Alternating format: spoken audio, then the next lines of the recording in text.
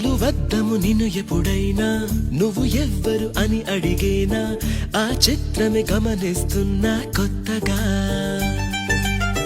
నువ్వు విన్నది నీ పేరైనా నిన్ను కాదని అనిపించేనా ఆ సంగతి కనిపెడుతున్నా వింతగా నీ కన్నుల మెరిసే రూపం నాదేనా అనుకుంటున్నా నీ తేనెల పెదవులు పలికే తీయదనం నా పేరేనా అది నువ్వే